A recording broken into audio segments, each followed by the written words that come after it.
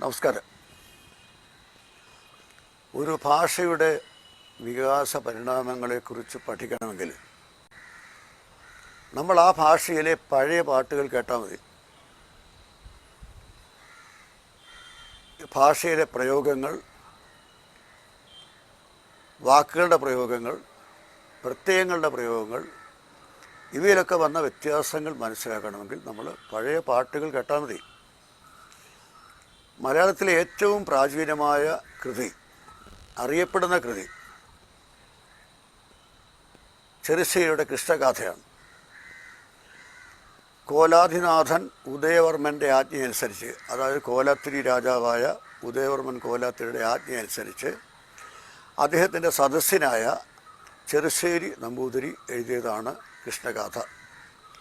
ചെറുശ്ശേരിയെക്കുറിച്ച് നമുക്ക് കൂടുതലായിട്ടൊന്നും അറിഞ്ഞുകൂടാ. അന്നത്തെ കവികൾ സ്വാർത്ഥരായിരുന്നില്ല. അവരുടെ കവിതകൾ എഴുതി പ്രചരിപ്പിച്ചു. അവരെക്കുറിച്ചൊന്നും തന്നെ പറഞ്ഞില്ല. എങ്കിലും കോലത്ത് നാട്ടിലെ രാജാവായിരുന്ന ഉദയവർമ്മൻ കോലാത്തിയുടെ സദസ്യനായിരുന്ന കവിയാണ് ചെറുശ്ശേരി. ആ ചിറക്കൽ കോവിലകത്തിൻ്റെ പരിസരത്തിരുന്നാണ് അദ്ദേഹം കൃഷ്ണഗാഥ എഴുതിയത്. ആ സ്ഥലത്ത് ഞാൻ പോയിട്ടുണ്ട്.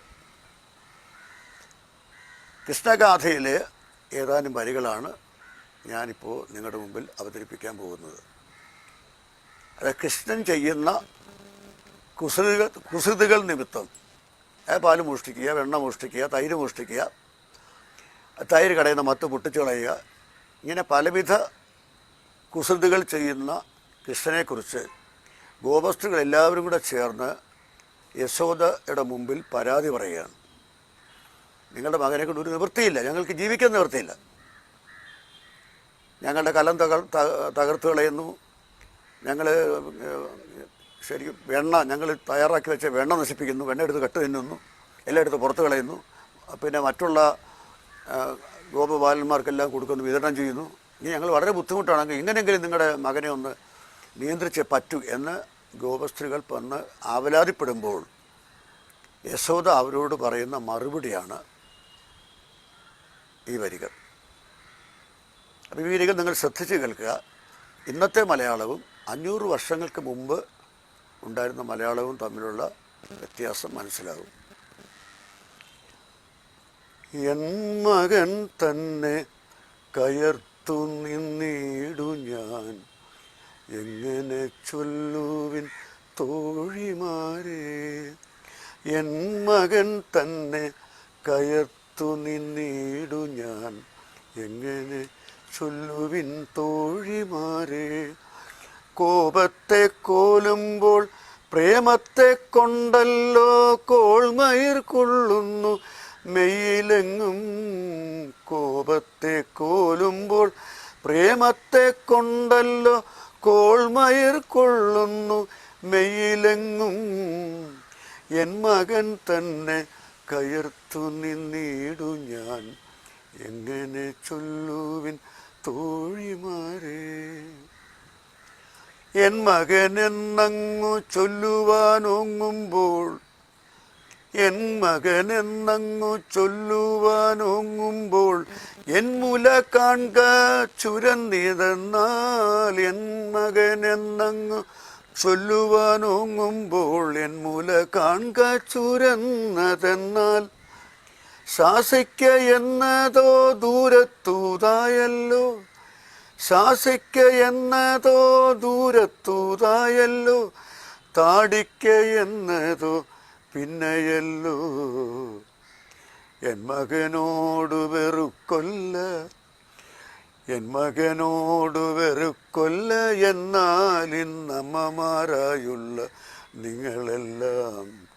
എൻ മകനോട് വെറുക്കൊല്ല എന്നാൽ ഇന്നമ്മമാരായുള്ള നിങ്ങളെല്ലാം. എൻ മകൻ തന്നെ കയർത്തു നിന്നിടു ഞാൻ, എങ്ങനെ ചൊല്ലുവിൻ തോഴിമാരെ. എൻ മകനോട് ഞാൻ എങ്ങനെ കയർത്ത് സംസാരിക്കും? നിങ്ങൾ തന്നെ പറ. എൻ്റെ മകനോട് ഞാൻ എങ്ങനെയാണ് കയർത്ത് സംസാരിക്കുക? അവൻ എങ്ങനെയാണ് ദേഷ്യപ്പെടുന്നത്? അതെങ്ങനെയാണ് കൃഷ്ണഗാഥയിൽ ചെറുശ്ശേരി പറഞ്ഞിരിക്കുന്നത്? എൻ മകൻ തന്നെ കയർത്ത് നിന്നീടു ഞാൻ.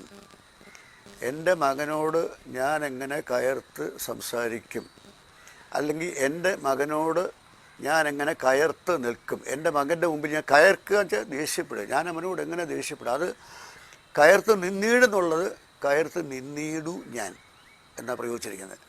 അതാണ് കാലം ഭാഷയെ വരുത്തിയ മാറ്റം. അപ്പോൾ എങ്ങനെ ഞാൻ കയർത്ത് നിന്നീടും എന്ന് നമ്മളിന്ന് ചോദിക്കുന്നത് അന്ന് എങ്ങനെ കയർത്ത് നിന്നീടു ഞാൻ എന്നാണ്. അതുപോലെ കോപത്തെ കോലുമ്പോൾ, ഇവിടെ കോലുമ്പോൾ എന്നുള്ളത് സ്വീകരിക്കുമ്പോൾ, ഞാൻ കോപം കൊള്ളുമ്പോൾ, കോപത്തെ ഞാൻ സ്വീകരിക്കുമ്പോൾ, അതായത് ഞാൻ കോപിക്കുമ്പോൾ, അത് പറയുന്നത് കോപത്തെ കോലുമ്പോൾ പ്രേമത്തെ കൊണ്ടല്ലോ കോൾമയിർ കൊള്ളുന്നു മെയ്യിലെങ്ങും. അതായത് ഞാൻ കോപിക്കുമ്പോൾ പ്രേമത്തെ കൊണ്ടാണല്ലോ എൻ്റെ ശരീരത്തിൽ രോമാഞ്ചം ഉണ്ടാകുന്നത്. ഇവിടെ പ്രേമം എന്ന വാക്കിന് വാത്സല്യം എന്നാണ് അർത്ഥം. പ്രേമമെന്ന് പറഞ്ഞാൽ പ്രണയമെന്നല്ല അർത്ഥം. പ്രേമമെന്ന് പറഞ്ഞാൽ സ്നേഹം, വാത്സല്യം എന്നൊക്കെയാണ് അർത്ഥം. പ്രണയമെന്ന അർത്ഥത്തിലും നമ്മൾ പ്രേമം എന്ന പദം പ്രയോഗിക്കുന്നുണ്ടെന്ന് മാത്രം. അപ്പം അവിടെ തികച്ചും അമ്മയ്ക്ക് മകനോടുള്ള വാത്സല്യത്തിന് ചെറുശ്ശേരി പ്രേമം എന്ന പദമാണ് ഉപയോഗിച്ചിരിക്കുന്നത്. ഇത് ശ്രദ്ധിക്കുക. കോപത്തെ കോലുമ്പോൾ പ്രേമത്തെ കൊണ്ടല്ലോ കോൾമയിർ കൊള്ളുന്നു മെയ്യിലെങ്ങും. എൻ മകനെന്നങ്ങു ചൊല്ലുവാനോങ്ങുമ്പോൾ, എൻ്റെ മകനെ എന്ന് ഞാൻ വിളിക്കാൻ തുടങ്ങുമ്പോൾ, ചൊല്ലുവാൻ ഓങ്ങുമ്പോൾ, അവിടെ ഓങ്ങുമ്പോൾ എന്ന പ്രയോഗം ശ്രദ്ധിക്കണം. എൻ മകനെന്നങ്ങു ചൊല്ലുവാനോങ്ങുമ്പോൾ, ചൊല്ലാൻ തുടങ്ങുമ്പോൾ, എൻ്റെ മകനെ എന്ന് വിളിക്കാൻ തുടങ്ങുമ്പോൾ, അല്ലെ എൻ്റെ മകനെ അങ്ങനെ വിളിക്കുമ്പോൾ, അവിടെ അങ്ങനെയാണ് ഓങ്ങുമ്പോൾ എന്ന വാക്ക് പ്രയോഗിച്ചിരിക്കുന്നത്. അപ്പോൾ എൻ മകനെന്നങ്ങു ചൊല്ലുവാനോങ്ങുമ്പോൾ എൻ മൂല കാൺക ചുരന്നതെന്നാൽ, എൻ്റെ മകനെ എന്ന് വിളിക്കാൻ തുടങ്ങുമ്പോൾ തന്നെ എൻ്റെ മുല ചുരന്ന് പാല് പുറത്തു വരുന്നു. അതാണ് എനിക്ക് അവനുള്ള വാത്സല്യം.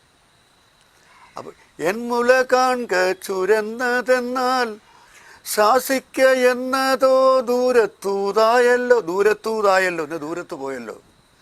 ശാസിക്ക എന്നതോ ദൂരത്തൂതായല്ലോ. അവനെ വഴക്ക്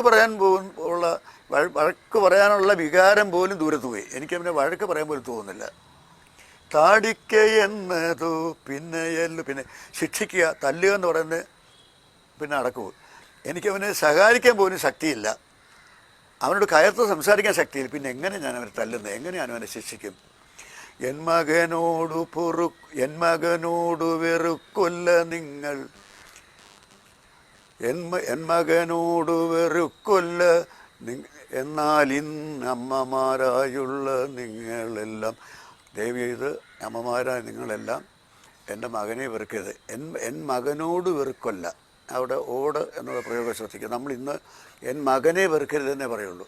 എൻ മകനോട് വെറുക്കരുത്, എൻ മകനോട് വെറുപ്പ് തോന്നരുതെന്ന് പറയണം.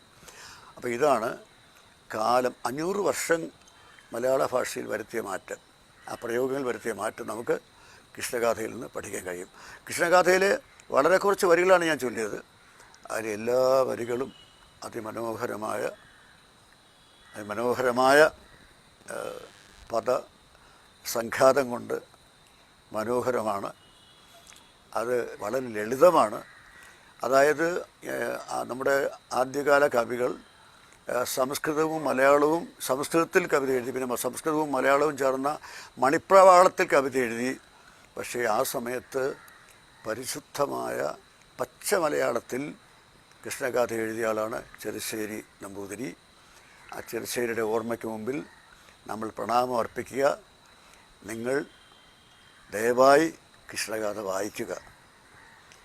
നമ്മൾ ഒരു കവിതയിൽ വൃത്തത്തിൻ്റെ, താളത്തിൻ്റെ സ്ഥാനം എന്താണെന്ന് മനസ്സിലാക്കുക.